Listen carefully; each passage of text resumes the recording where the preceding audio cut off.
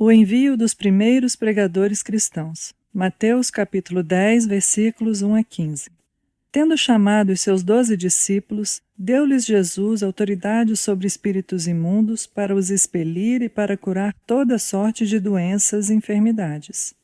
Ora, os nomes dos 12 apóstolos são esses.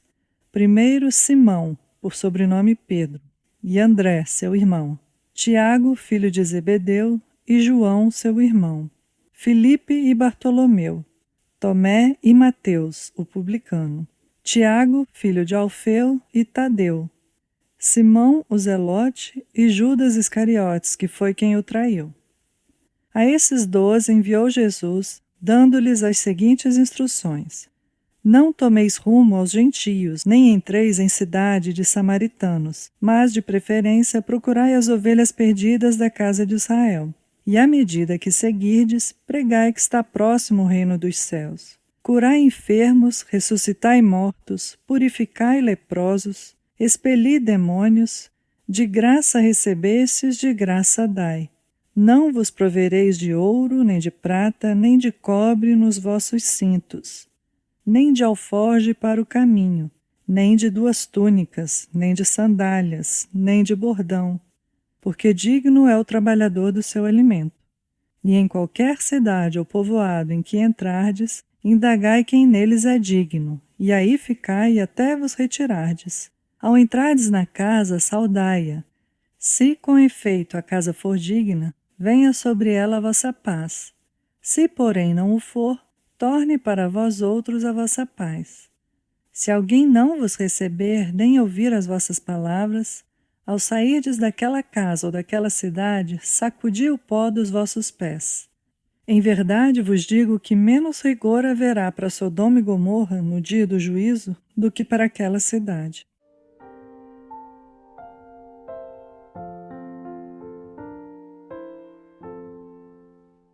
Este capítulo é particularmente solene. Aqui lemos sobre a primeira ordenação que teve lugar na Igreja de Cristo. O Senhor Jesus escolhe e envia seus 12 apóstolos. Temos aqui a primeira incumbência conferida a ministros cristãos recém-consagrados. O Senhor Jesus mesmo foi quem os ordenou. Nunca houve uma ordenação tão importante.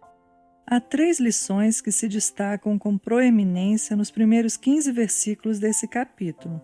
Vamos examiná-las pela ordem.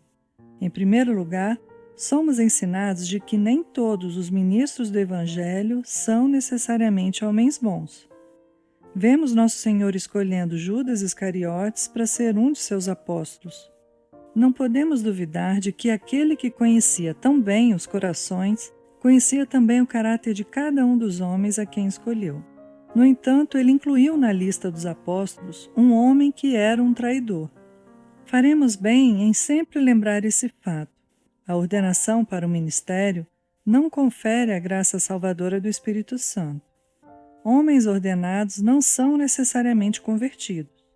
Não devemos considerá-los infalíveis, seja na doutrina ou seja na prática.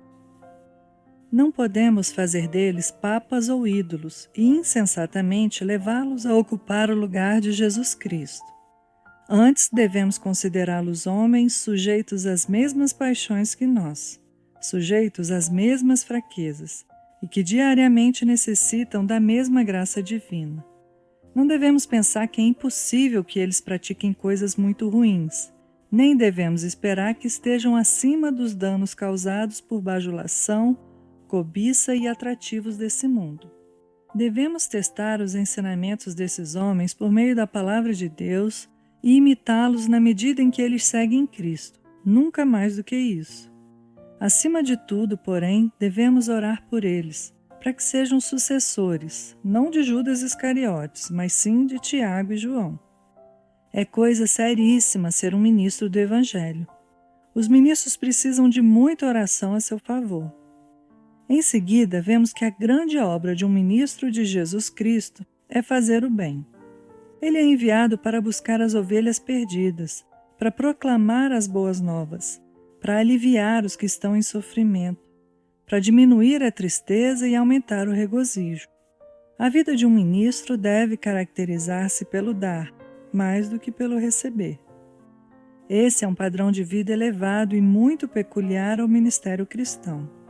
Portanto, que seja bem sopesado e cuidadosamente examinado. Antes de tudo, é evidente que a vida de um fiel ministro de Cristo não pode ser uma vida fácil. Todo ministro de Cristo deve dispor-se a gastar seu corpo e sua mente, seu tempo e suas energias na tarefa para o qual foi chamado.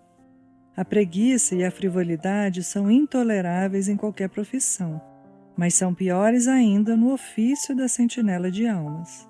Também está claro que a posição dos ministros de Cristo não coincide com aquilo que muitas vezes pessoas ignorantes lhes atribuem e que infelizmente certos ministros reivindicam para si. Eles não são ordenados para dominar, mas para servir. Não lhes compete tanto exercer domínio sobre a igreja quanto suprir as necessidades de seus membros e servir a eles. 2 Coríntios 1:24.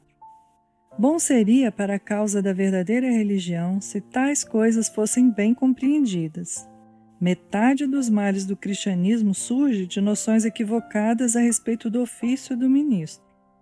Em último lugar, vemos que é muito perigoso negligenciar os oferecimentos do Evangelho. Abre aspas. Menos rigor haverá para Sodoma e Gomorra no dia do juízo, fecha aspas, do que para aqueles que já ouviram a verdade acerca de Cristo, mas não a receberam. Essa é uma doutrina que tem sido temivelmente negligenciada, embora mereça mais séria consideração de nossa parte. Os homens inclinam-se lamentavelmente a se esquecer de que não é necessário cometer pecados gravíssimos para que uma alma seja arruinada para todos sempre. Basta que a pessoa continue ouvindo o Evangelho, mas não crendo, escutando, mas não se arrependendo, vindo à igreja, mas não vindo a Cristo. Assim, pouco a pouco, acabará no inferno. Todos nós seremos julgados de acordo com a luz que recebemos. Ouvir as boas novas da grande salvação, mas negligenciá-las, é um dos piores pecados que podemos cometer. João 16:9.